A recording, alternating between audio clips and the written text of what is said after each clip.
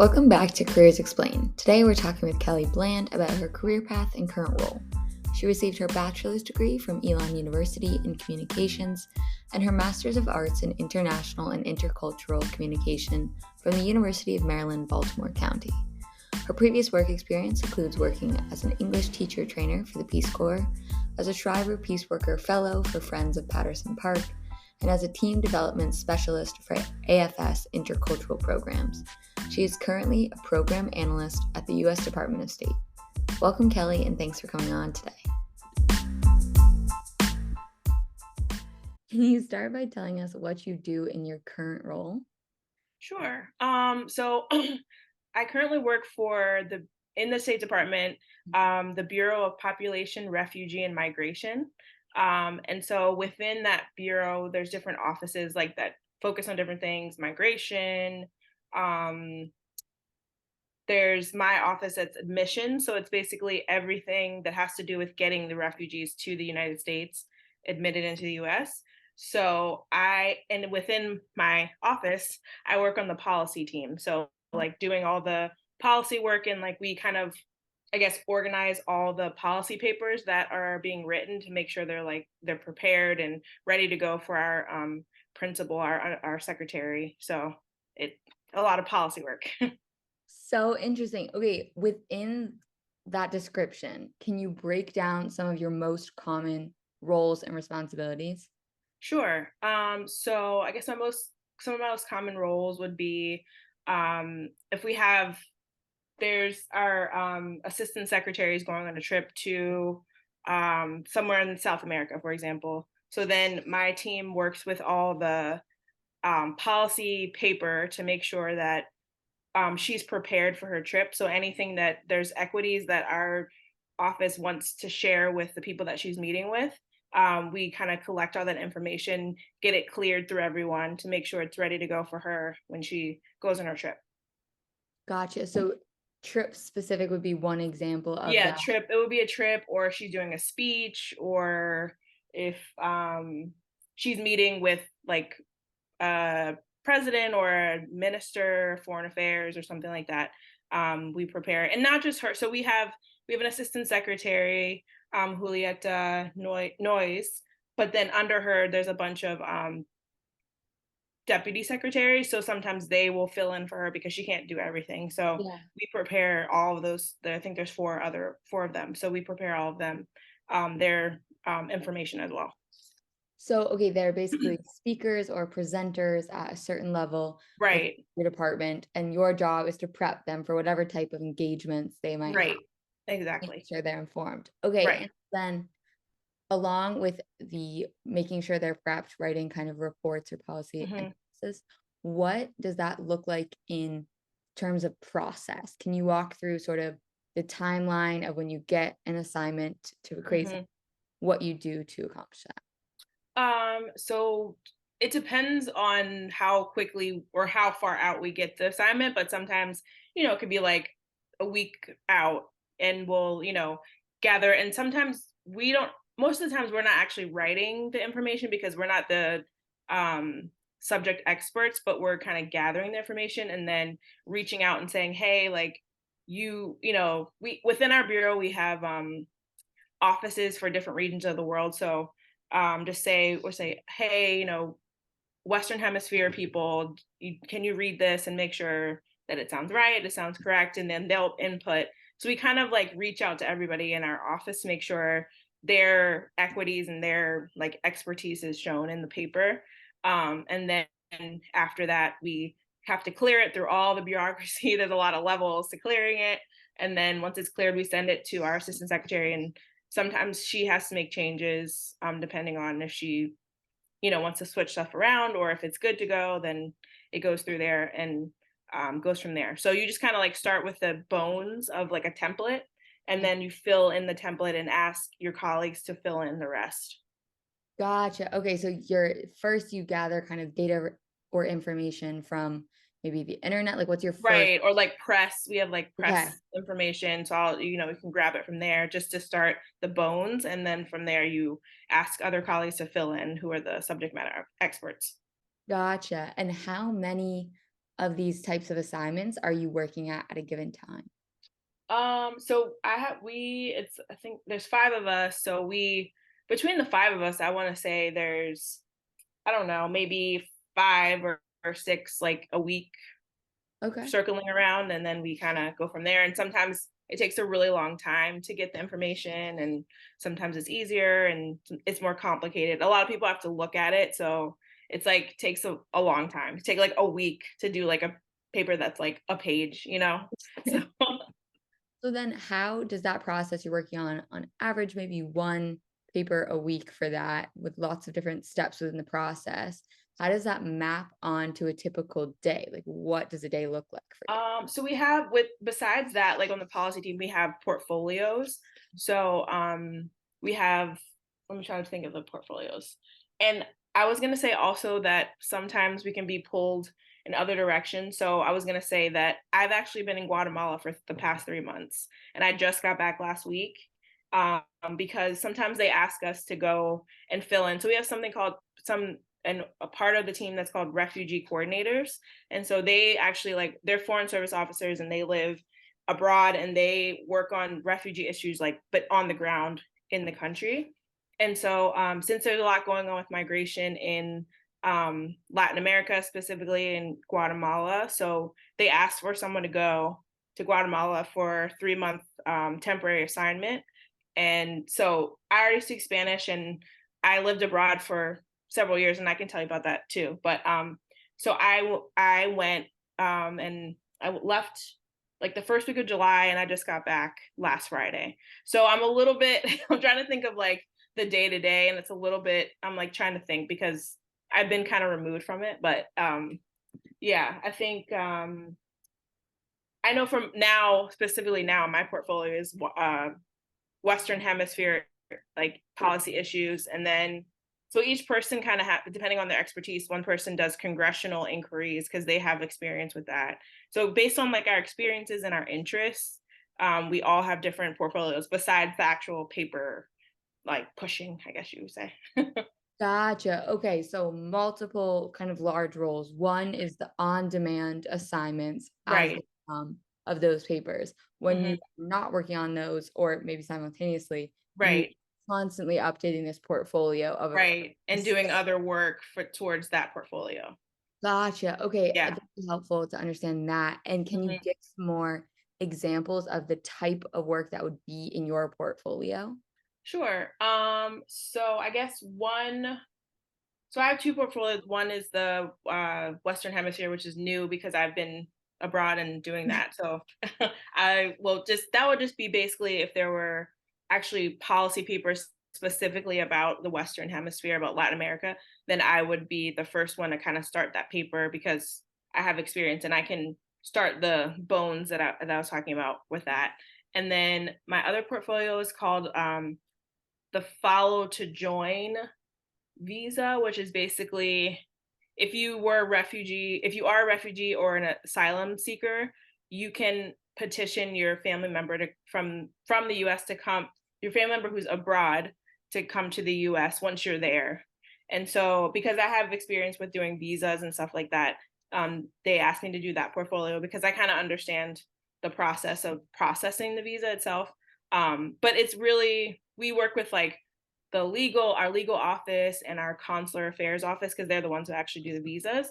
But I'm kind of like a liaison between um, my office and the consular office if there's questions or concerns. So that would be examples. We have like certain cases that we are working on to try and get through.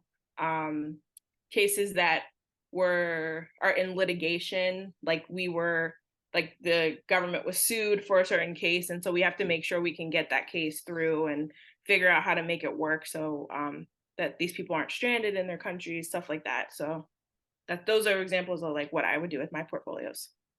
So your portfolio, is it a different type of work than like preparing the papers for the other? Yeah, it's more I mean everyone's portfolio is different, but yeah, for example, for the file to join, it's kind of like being yeah, kind of a liaison between different offices within the government to make sure we're all working together to get these asylum seekers or refugee family members get their paperwork processed so they can be reunited together in the US.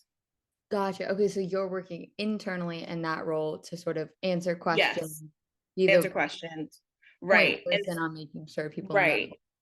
what the And steps. so, for example, another colleague of mine has a congressional portfolio. So a lot of people write to their congressman or congresswoman, and they're like, this person is waiting to hear about their refugee status. It's been pending for a long time. So they'll send an email, and then there's a congressional office within my bureau, and then they send it to us, and then we kind of look into the case, and we can't really give details or anything, but we try and help them give them as much information as we can, and so that's someone else's portfolio. Very helpful. I was originally assuming portfolio would be similar types of kind of writing, getting research, and then writing about Mhm. topics. The diversity of tasks around Right. Hmm. impact to constituents or looking into cases. Okay. Right. And you said you have two of those main areas of your portfolio outside Hmm. other requests. Right. Hmm. Okay. Are Exactly. there any other big roles that fill up your time in a day or a week?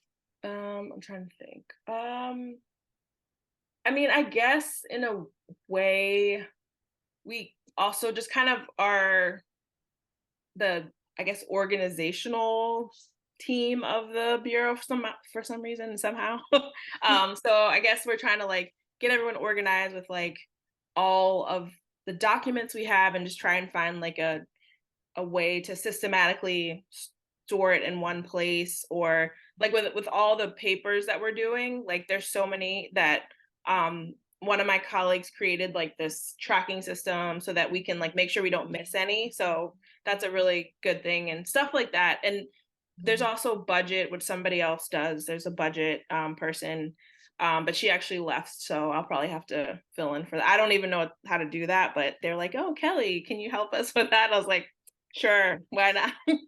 So the So role's super dynamic, it it sounds is, like. it On is. one end, you can go to Guatemala for 3 months Right. and take on a Yeah. new coordinator role. On the other end, Right. take over budget. So you have kind of positions, but they may be changing given the needs of the Right. organization. And that's a good thing. There are a lot of opportunities. Like my supervisor is in working at the UN for 3 months for his, like he's doing a detail up in New York. And so like there's a lot of opportunities if you want to switch it up. Like you just have to, seek it out.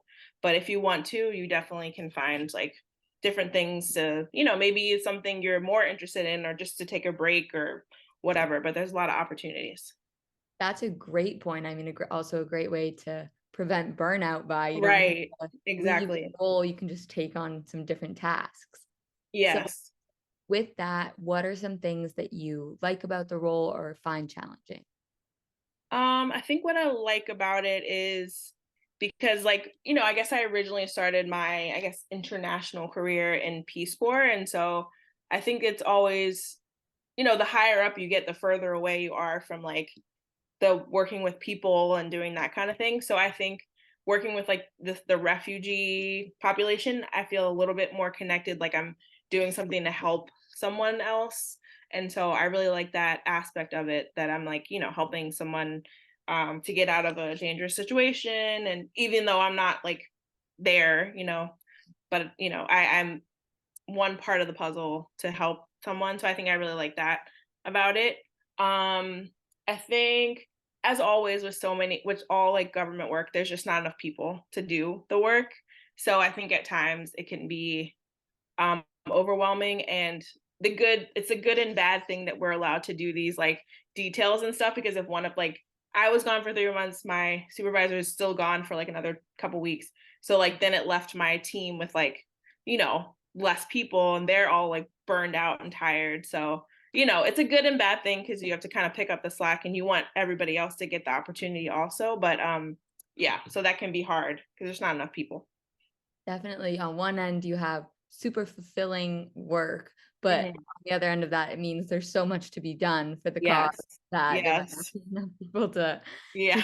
so easily without stress. And then going back to when you talk about those opportunities for either switching roles or maybe taking over a new one, is that technically an opportunity to move up, or is that more of a horizontal kind of change, like you with the budget, for example? I guess the budget is kind of like horizontal, but you can move up. It's just a matter of finding that right opportunity that is a step up. Yeah. You just have to look out for it. I mean, I feel like the difference, so there's like the civil service, which I'm in. You work mainly in DC or in the US, and then the foreign service, which I was in temporarily, but not anymore. But basically the foreign service, there like the opportunities are there and you kind of like pick them and move to another country and do a different job. But I think the civil service was designed to be kind of like where you do the same job like for a really long time. But I think that it's changing, I think, with like the employees now or have a different mindset, like younger people are not going to stay in the same thing. So I think the opportunities are there. You just have to look for it because it's not designed for you to be like moving all around and going different places, but you just have to like be proactive to find them.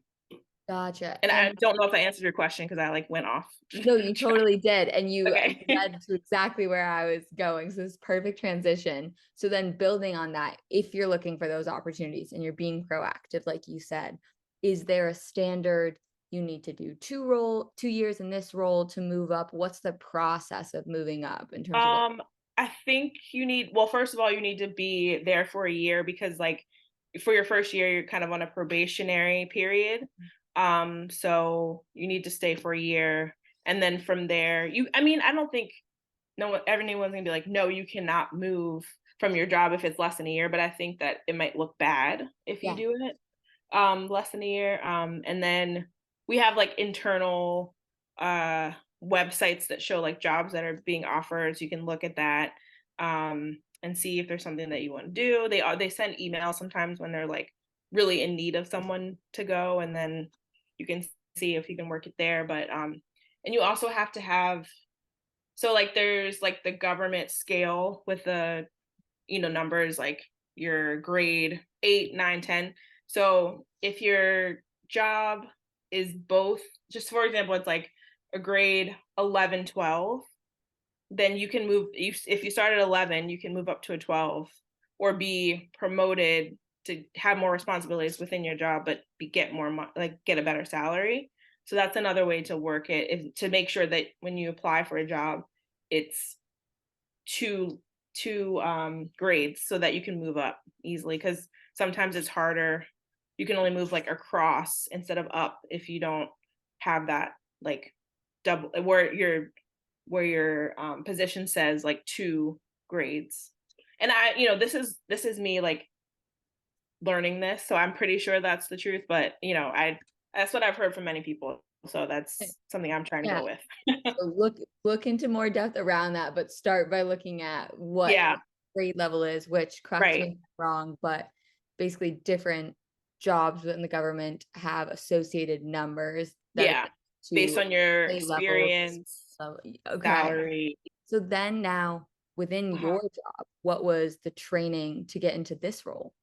So before this job, I was still working for State Department, but I was it's called a limited career appointment in the Foreign Service. So you can do based on if you speak a language. I think there's like 5 languages, maybe Spanish, Arabic, Chinese, French, maybe, and maybe there's one more. So if you speak those languages, you can apply to work for 5 to 6 years as a consular officer. And so you go abroad and you work. You're just like a foreign service officer, but you do consular work, visas, passports, stuff like that. But it's a good way to decide if you like that lifestyle because you're doing everything that all the regular consular officers are doing. So you can, you live abroad, you work in an embassy or consulate, and you just get to see the whole hierarchy of like embassy work and all of that. So I did that for almost 5 years. I did 2 years in Monterrey, Mexico, and then I did like a little over 2 years in Lima, Peru, and I was there. Um, and then so that had training. We learned. I did like a top off on my Spanish, and we learned about like consular work, and then we go to work. So I guess the training wasn't as rigorous for me because I was already working in State Department and I kind of knew the vibes of State Department, I guess you could say. So then once I got into this job, it was kind of more learning about the refugee process, which honestly, going to Guatemala, because I started this year. I started in February, so it hasn't been a year yet. So me going to Guatemala was really good for my learning process because I was able to see the refugee process from start to finish and what exactly goes on to process the refugees. So that was more of my on the ground training, I guess you could Oh, say, which was good.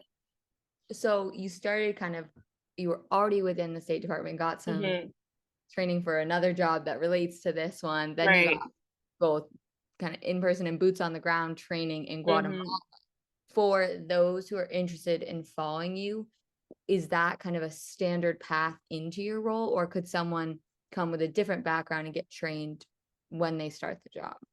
I think you can always come with a different background and get in, but I would say that if you have any experience like already in the government or working with State Department, it's just easier because um yeah, once they like get your resume and they see that you have experience working in the government or in something similar, I think it like pushes your resume forward a little bit faster. I had which I didn't end up using, but it's called what's it called? It's a basically like a non-competitive eligibility thing where as a result of doing my consular fellowship for the 5 years, you get 1 year of non-competitive eligibility, which you can when you're on USA Jobs and applying for jobs, you can add that like certificate to your job, um, to your resume, and so that people can see that when you're applying for jobs. Unfortunately, I feel like a lot of people didn't even know what that was, so it didn't really help me. And I didn't even use it to get this job, but that's something that's supposed to be like a perk to doing the job. But sadly, I just think it's just not well known. So I've never heard of that. And so I mean, I don't work in that role, but so it's a potential perk that may or may not right, prove. maybe I think if you like, I had it after Peace Corps also. So I think if you're just starting out working and you're in like a entry level job, I think that it does help you because you add that to, they're looking for people who already have some experience. And if you add that non competitive certificate, it probably will help you as like a just starting out person. But it didn't help me now because they're just like, what is that? I don't know what that is. So then, okay, going back to kind of you're mentioning a few of your previous roles, Hmm. within the things that you did out of college, what were really the biggest steps that led you to want to be in this role now? I think, as I already mentioned, doing Peace Corps.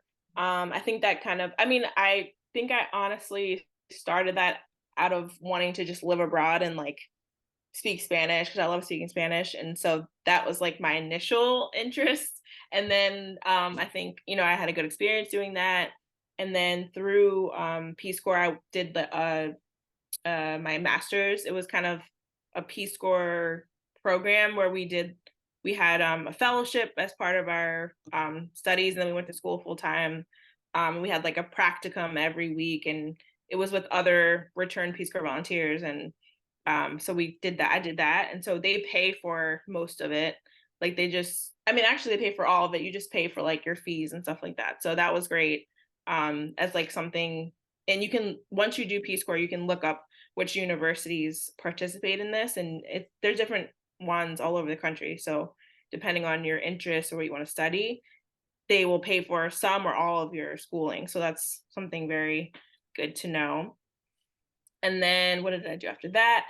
After that, I was looking for a job, and it was kind of hard to find a job at that time. And I had previously worked for the AFS Intercultural Programs between finishing Peace Corps and grad school because it was like a temporary job.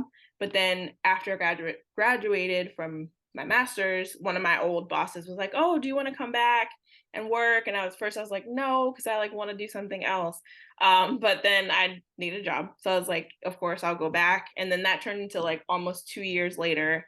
But during that time, I applied for the consular fellowship that I was talking about where I went abroad. So I was it was good to have a job and just kind of wait, even though I was losing hope because it took so long. Like with with all government work, you have to get a security clearance and you have to be interviewed and all this. It's a long process. So it took like about a year, I think, to actually get the job. And then during that time, there was a hiring freeze, and so there's a lot of stuff going on. So that took a long time. So eventually, I did the consular fellows, and then from there, yeah, then I did that, and I just came back from Peru in January, and then I started this job in February. So I just You're doing so many things, so bopping around, different yeah. roles, and there was so much in there that I wanna loop back to when we get Sure. to advice at the end with I think Mhm. a lot of people feel pressure to have the role that they're in be sort of the one where you're saying Right, first you went here, then there was kind of a role in between, which you wanted to right. do, kind of short-term thinking, but before we go back to that, can you talk about as you're trying these different roles and Mhm. you wanted to be temporary at some and kind of longer term at the others, what were the factors that you found as you're going through this that you did want in a job, that you maybe didn't want in a job? What'd you learn? I think I learned oddly enough, my job with the AFS Intercultural Programs was before working from home was cool. I was working from home for like those 2 years, and I think one of the things I found for me personally was that I kind of like a balance of like working from home, but also having like interaction and just like figuring out how you like to work and how you like to be like supervised and all that stuff. I kind of think I figured that out based on just having all these different roles and different um, jobs. And I kind of learned that, I think 20, like having working from home like all the time, I think isn't as good for me, but I can do it, but it's not my like ideal. Um, and yeah, I mean, I just think having the time to think about what you really want to do. And I was waiting for so long for that consular fellows job, but I knew I really wanted it. I wanted to live abroad. I wanted to experience that. And still not really knowing exactly what the job like was exactly, but I knew that like some aspects of the job looked interesting, and I was like, this will lead me to something that I eventually want to do, and it has parts of what I'm interested in. So like, why not go for it and see if I like it and then go from there. So I've never like been like, oh my gosh, like this is the exact thing I want to do, like a doctor or a lawyer or something like that. But I knew that I've always had interest in being abroad, living abroad, um, Spanish specifically, like Latin America. So that's what I ended up doing that. So I got there like a windy path, but But I think that's a great example of reframing the question around what do you want to do, implying kind of a singular job, whereas you're Mhm, talking I thought about the qualities that I wanted, how I wanted to be managed, what type of mode of working, where in the world I wanted to be, and like what you were doing mhm. as well is super helpful for people trying to figure out how they want to answer that. Which then kind of brings us to the last point on advice with what advice do you have for someone first who wants to follow your role, wants similar types of job qualities? I would say if you are interested, for example, if you're interested in living abroad, just do something related to that. Like if you just want to like find a summer job where you can like work in another country, and cuz I think you just get connected to people who are doing the job. Like I was living in DC and working at is like the International Dairy Foods Association, like this random job, and working doing meeting planning, but then when I was living in DC, I wanted to practice my Spanish, so I went to like a Spanish speaking like practice class, and someone there had done Peace Corps before, and she's like, "No, it's a great experience. You should do it." And so like you follow like I guess your interests, and then from there you can find something. That's how I found out about Peace Corps. I didn't know about it, but I think I got connected to it, and then the rest is history kind of thing. So I think that if you just go after your interests, start there and not just think about the actual job, but like what you want to do and what you like and what you're interested in. And I think it's good cuz like the younger generations like don't want to stay in the same job forever. So just take that to heart and say like, okay, I can work in this job, but it's not forever. I can do something else. afterwards. So I think that's good advice. And also, for if you are more organized and kind of person from the beginning, there are a lot of like fellowships and stuff like that from college for specifically working for State Department. If you want to do foreign service, if you want to do just work within the government, there's a lot of like internships for that. This starts you off, and then you start from the beginning. Because I have a lot of friends who like started in right after college or in grad school, and like they've been working for years because they, knew what they wanted to do and started from there. So it depends on like kind of how your mind works. I think that's great advice with either if you know what you want to do, you can start looking into programs like you mentioned, government Mhm, fellowships that may even be like Peace Corps and pay for if you want to go to grad mhm. school, depending on the program. And if you don't know, don't stress. Start with your interests and really what you're passionate about. And then, as you said earlier, follow the types of things that you want and look for a job that will match that. Great Yes. advice. Any other final advice for careers generally or specific to your path? Um, I think just don't get too stressed if you, yeah, like I said, don't know exactly what you want to do. I studied communications, like broadcast communications. So I thought I was going to be like in news and doing that. And I'm not. But I mean, I still use my communication skills in other ways. And Yeah. so I think just don't get stressed out about that. Like if you end up doing something different or you graduate from college and you're like, I still don't know. Like there's opportunity. Like I'm 39 and still figuring it out. And I'm gonna do something different probably in a couple years too. Like, we just kind of move with how everything's going and flowing, and just don't stress out about that.